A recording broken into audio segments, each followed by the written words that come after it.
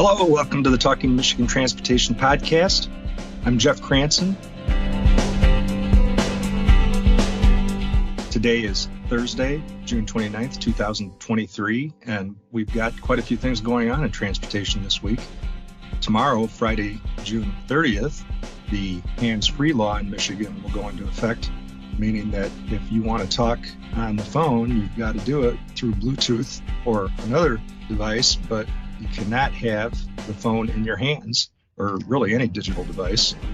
And MDOT will be installing signs at border crossings and state line crossings, 37 in total, to notify people of that and make sure that no one feels like they're caught off guard should they be stopped by law enforcement and told they were using their phone illegally. We've also got some news on the budget front with the House and Senate coming to agreement, and there'll be some new money for a lot of local projects around the state, local roads, local bridges, and some innovative things going on, some of it through some discretionary grants.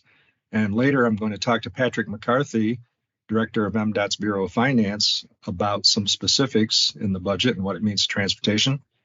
But first, I want to talk about some other legislation that passed this week. Very interesting, kind of plunges Michigan ahead from a environmentally sound approach to transportation, equaling what several other states have been doing for years with what are called high occupancy vehicle lanes, meaning that at certain times of the day, lanes on a freeway are restricted for people who are carpooling, carrying more than just the driver. This is specifically going to help on a new segment of I-75 in Oakland County. And Mark Dubay, who is a lead project manager on that specific project in Oakland County, will be here to talk about that. So again, as mentioned earlier, my first guest today is Mark Dubay, who's a senior project manager at MDOT and has played a significant role in the work on the modernization of I-75 project in Oakland County, one of MDOT's biggest projects over the past few years. And it features what is a long time coming innovation for MDOT, which is high occupancy vehicle lane, otherwise known as HOV lanes. Mark, thanks for being here, and talk first just generally about the modernization project and why it's such a big deal for people in Oakland County and even people from further north and south who use it as a commuter route. Jeff, thanks for having me on today. I always enjoy sitting down to talk about the I-75 modernization project. It's, a project I've been involved in now for several years, and it is a big, important project, not just to Oakland County, but, the people within Michigan. So for anyone that's not familiar with the I-75 modernization project, it's 18 miles of I-75 from South Boulevard, which is up near M59, south to M102, or 8 Mile. The project reconstructs and widens the existing freeway, service drives, also includes replacement of all bridges within the corridor, and adds a large storage and drainage tunnel. The I-75 modernization project has been in the planning and development for over 20 years now, and we are finally in the last phase to complete construction within the corridor. The construction has consisted of 3 phases or segments, which began in 2016, which make up the overall I-75 modernization. Segment 1 was South Boulevard, south to Coolidge Highway. That was open to traffic in 2017. Segment 2 is Coolidge Highway, south to north of 13 Mile. That was open to traffic in 2020. And the last piece of construction, which we will finish this year and open to traffic in the fall, is north of 13 Mile Road, south down to M102, or 8 Mile. This corridor that has been under construction the last several years is a critical commercial, commuter, tourist, and local area business route that moves a lot of people and goods across the state daily, and the corridor has not seen any significant improvements since originally constructed. Jeff mentioned some benefits. Some of those include adding a new lane within the corridor, which will accommodate existing and future traffic needs, increased mobility, motorist safety, travel efficiency, and reliability for personal and freight movement within the corridor. As part of the Reconstruction of I-75 obviously will be improving the bridge and pavement condition and improving the drainage system to help avoid future flooding on the freeway. So I mostly wanted to talk about the HOV lanes because that's fresh. It's in the news. Legislation actually was adopted this week in the House. But since you mentioned the tunnel, that is something we should talk a little bit about because it's pretty cool and it's a good solution to a problem. You know, we've had increased weather events, more frequency of volatile events because of climate change. Southeast Michigan has really been hit hard. In part because Metro Detroit sits very low and because of the soils around Metro Detroit. And, you know, all the pumps and generators in the world aren't going to do a lot if there's no place for the water to go, if there's, you know, if the tributaries are swollen and overflowing. So this tunnel is a really cool idea to be able to keep the road moving. Can you talk a little more about that? Sure. Yeah. The tunnel is a very large and unique part of the overall I-75 modernization project, you know, being constructed under the last phase of construction, the Segment 3 project. You know, the previous drainage system that existed, you know, before implementing the tunnel was almost 50 years old and it was in need of improvement. The Segment 3 project is currently constructing a large storage and drainage tunnel. The tunnel, when finished, will be 14.5 foot inside finished diameter. It'll be about 4 miles long, run from just north of 8 Mile to within the 12-mile road interchange. This tunnel will help provide storage and conveyance to help avoid future flooding in the depressed portion of the I-75 freeway from 8 Mile, essentially 8 Mile to 12-mile road. Anyone that's familiar with the area, you know, I think it was 2014 is the last time we had the large rain events where, you know, we had, you know, cars flooded on the freeway and we had a lot of standing water. You know, the tunnel is being designed and constructed in such where we can, you know, not just collect the storm water, but store the storm water as well and remove it from the combined sewer system. The current storm sewer outlets to the combined sewer system from within the local community. As part of this project, not only will we be increasing the size and storage capacity of our drainage system, we will also be removing it from the existing combined sewer system, which will also allow us additional opportunity to store and meter out stormwater reduced rate, but it will also provide additional capacity for the local residential storage, drainage and storage system as well. Yeah, I think that a lot of people, a lot of the definitions, characterizations of this have been focused on the drainage, but the storage component is really important and could really make a difference. So that's really cool. So let's go back to the HOV lanes now and what that's going to mean. You know, it's pretty cool for you to be senior project manager on something that does offer so many innovations. What does it mean to you to be part of the state's first HOV plan? Yeah, Jeff, it means a lot to me. It's, you know, this is a big, large, unique, complex project, and there's several firsts on this project. You know, we have the drainage and storage tunnel, you know, how we're delivering the project to accelerate construction, you know, and get the job done quicker. And then, you know, implementation of an HOV lane. It means a lot for me to be part of the team delivering this project. You know, there's a great team, not just on the owner side, but the contractor side. And there's been a lot of work to deliver things as part of this project that are first to Michigan. As we talked earlier, the storage and drainage tunnel, which will have significant improvements to the overall drainage system, not just for MDOT, but the surrounding community. You know, how we delivered the project. The original I-75 modernization project was going to be delivered in 8 segments with construction completing in 2034. MDOT explored various packaging and delivery options and decided to deliver the reconstruction of the corridor using alternative delivery models. You know, through these alternative delivery models, we're able to complete construction this year, accelerating by over 10 years faster than we originally planned, which significantly reduces impacts to motorists and stakeholders that, you know, use I-75 and live around I-75 every day. I think that's been in the news and would like to talk a little bit about today is the addition of the high occupancy vehicle lane, which will be the first lane of its kind in Michigan.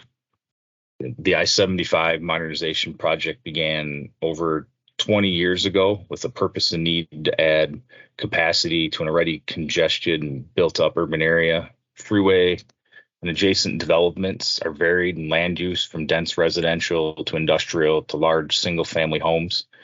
The freeway was laid out in stair-step pattern to preserve land use from over 50 years ago. Since then, the surrounding corridor has been built up and developed, and MDOT realized that, we can no longer build our way out of congestion, and that transportation solutions must be implemented to provide mobility and access while preserving quality of life within the corridor.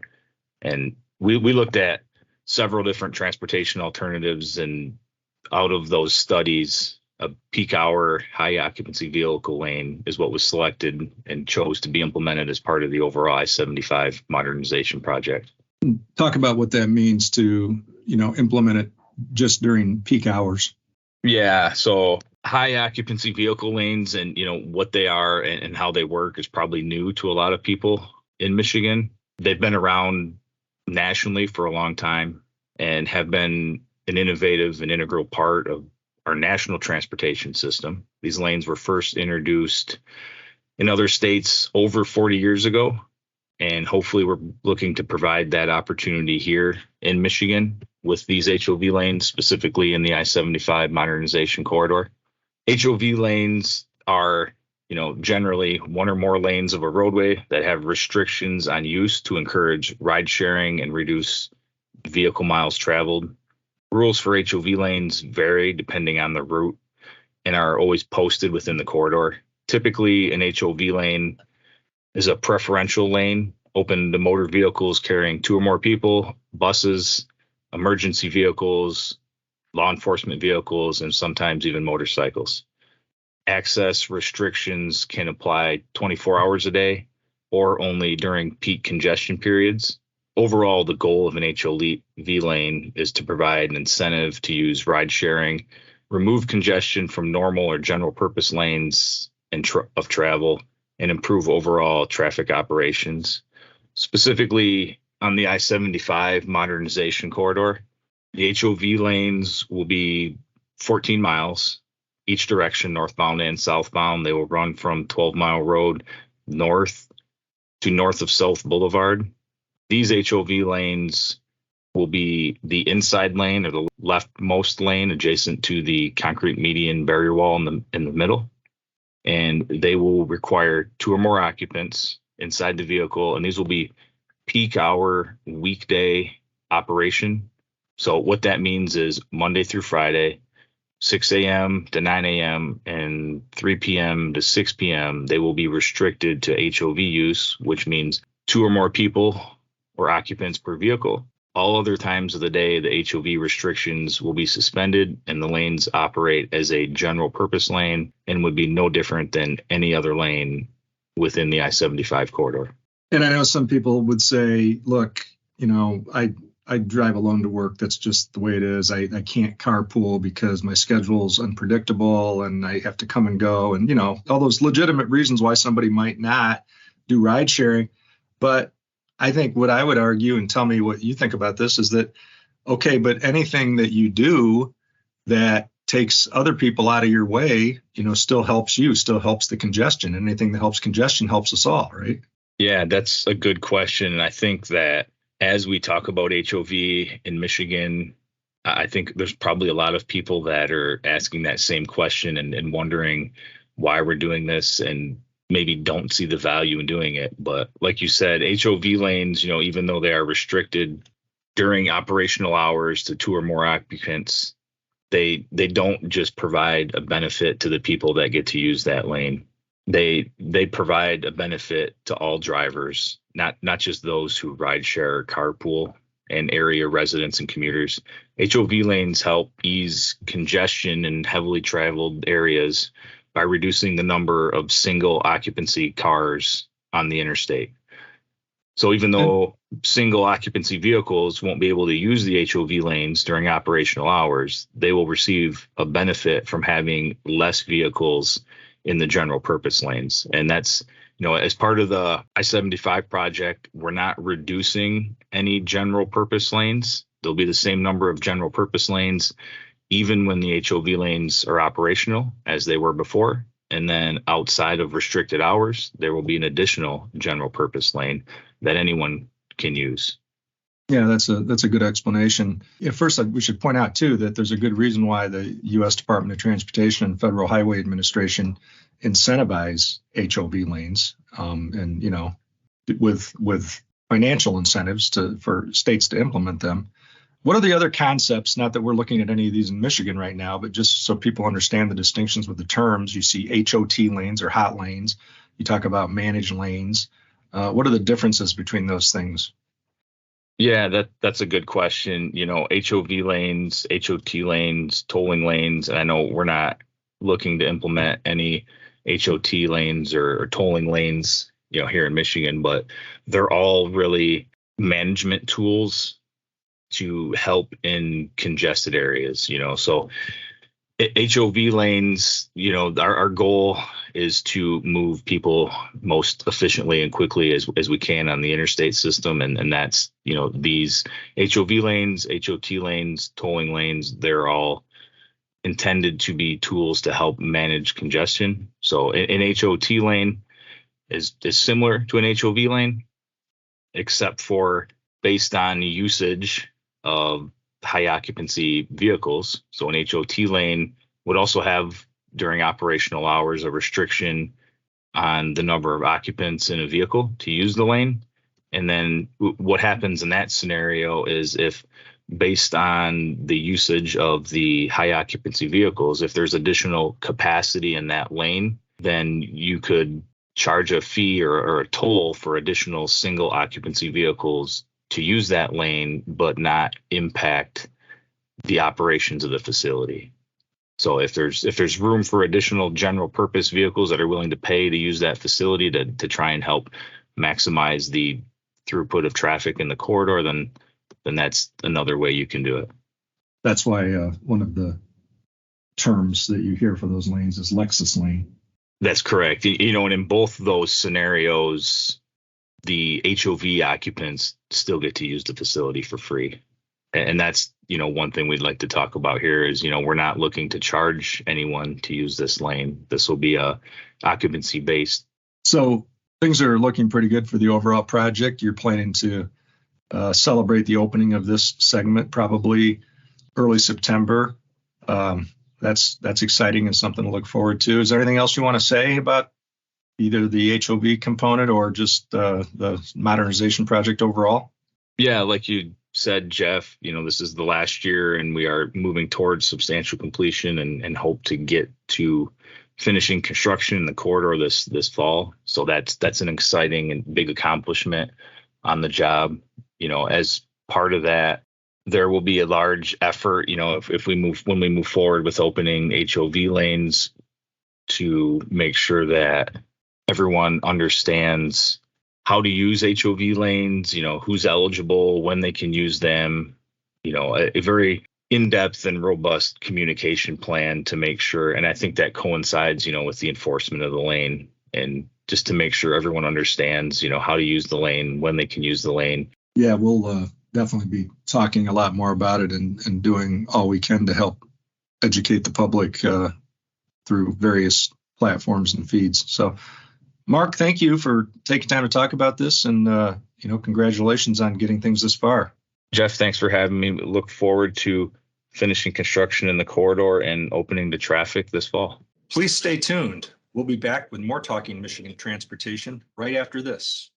The Michigan Department of Transportation reminds you to slow down, follow all signs, and pay attention when driving through work zones, because all employees deserve a safe place to work. Work zone safety. We're all in this together. We're back, and as I suggested earlier, Patrick McCarthy, who's the director of MDOT's Bureau of Finance, is here to talk about the newly adopted fiscal year 24 budget and what it means to transportation. Patrick, thank you for being here. It seems like this year, more than others maybe recently, there's not a lot in there that's new for MDOT specifically, but there's a lot for transportation overall. Yes, I would agree with that. Thanks for having me back, Jeff. I appreciate it. Yes, the fiscal year 24 budget is mainly a continuation budget for the department. There was some new IIJA, so the federal dollars. There was increases from the federal programs that were recognized in our budget. But the majority of what we are seeing in the fiscal year 24 budget, at least for the state system, is just a continuation of previous years. There were quite a few additional funding opportunities that were provided for the local governments, and MDOT has a role in helping to administer those funds, making sure that they get to the locals, and we help them where possible to coordinate any federal programs or participation. So it's a good time to remind people that Michigan has more than 600 road agencies, and that while the heaviest traffic volumes and certainly the commercial traffic travel on the state routes, what we call the state trunk lines, there are cities, villages, and counties that have roads to maintain too, and there's a lot in there for them. So could you talk about some of the highlights? Sure. So some of the big highlights for the local system, there's an $80 million funding for local bridge bundling, which continues some programs that the department has started over the last few years to really advance and improve some of the local bridges that they just wouldn't have the resources on their own to administer or to fund. And then there's also quite a laundry list of critical infrastructure projects throughout the state, and we'll have information provided on those projects around the state. And I believe that the legislature is also working on a website for all of these infrastructure grants, so that they'll be transparent and available to the public to see where the money's going, who the sponsor of that specific grant was. So, and then there's also a few things for some of our modal partners. Passenger transportation and rail are seeing a $50 million award to help build the new center in Metro Detroit. There's a $45 million increase for one time for local bus operating to help with the transit agency's operating needs. Which comes along at a good time because the transit agencies, took a bit of a hit during the pandemic. So that's probably part of the thinking there. Yes, and their ridership is still recovering. So in that meantime, they still have fixed costs that they still need to pay for. So that one-time local bus operating assistance will hopefully get them through until they can get their ridership back up to pre-pandemic levels. Yeah, and I think I'm glad you mentioned the bridge bundling again. We've talked about it a lot the last few years, but it's a great way for MDOT to leverage its contracting and engineering expertise and help out the local agencies that don't have the same resources. And it's been very successful. And $80 million can go a long way. That list is still being formed, but we know that there's a couple bridges, including one in Bay County that's closed, that will be repaired and reopened, and then another one in Calhoun County near Teconcha, which will be it's in terrible shape and it's going to be fixed. And those are a couple of the specifics that we'll be highlighting soon, and then they'll be working on the rest of the list. As you look at this budget and we look ahead, what do you think about the further IIJA funds and those discretionary grants? I mean, Michigan has done fairly well, right? And some of this is a reflection of those kinds of needs. Do you see more of that money flowing our way, or is that pretty much done? No, I believe that we will have more IIJA funding coming into the state. We are pursuing every opportunity that's available to not only to the department, but to our local government partners as well.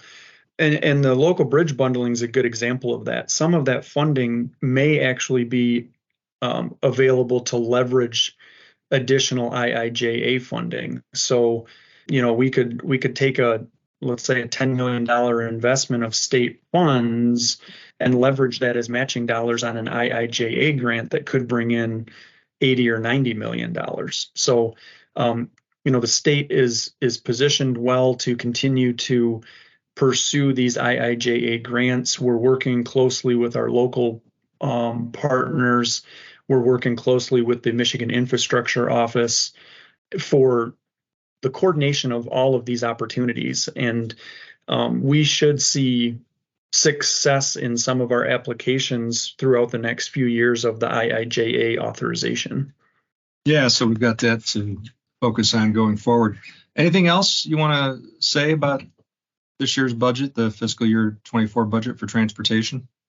Sure. One last thing I guess I would mention is that you'll see an increase of positions that were approved for the department. We got an additional 168 full-time positions, and those positions are critical to the delivery of our program, helping us to administer the larger IIJA programs, helping us to turn our attention to some of the new initiatives of transportation and moving away from just our traditional construction program to the operations of our systems. So those additional staff will allow us to continue to support not only the trunk line system that we have, but also to help our local partners as well to deliver their transportation needs. Yeah, and if you're not heavily steeped in this, you're not aware that all those hard hats that you see along the road are not MDOT employees or even local agency employees. They're usually private contractors, but they're using government money, and the big agency still has a responsibility to oversee it. And that's largely what you're talking about, right? Correct. We still have a requirement specifically from the federal government to make sure that we're administering the dollars that are entrusted to us from Washington. You're right. A lot of the work that gets done in the construction industry and design work is done by consultants and contractors, but there's still a partnership with MDOT to deliver that successful project. With the addition of more money and more work and more oversight, you've got to at least try to keep up, and that's what this is all about. Yes, exactly. Yep. Yeah. Okay. Well, thanks, Patrick. I appreciate the breakdown. We'll be talking more as this thing takes shape. And we're in good shape time-wise, I guess, and the budget was passed on June 28th, and the fiscal year begins October 1st. So we're not cutting it close as we have in other years.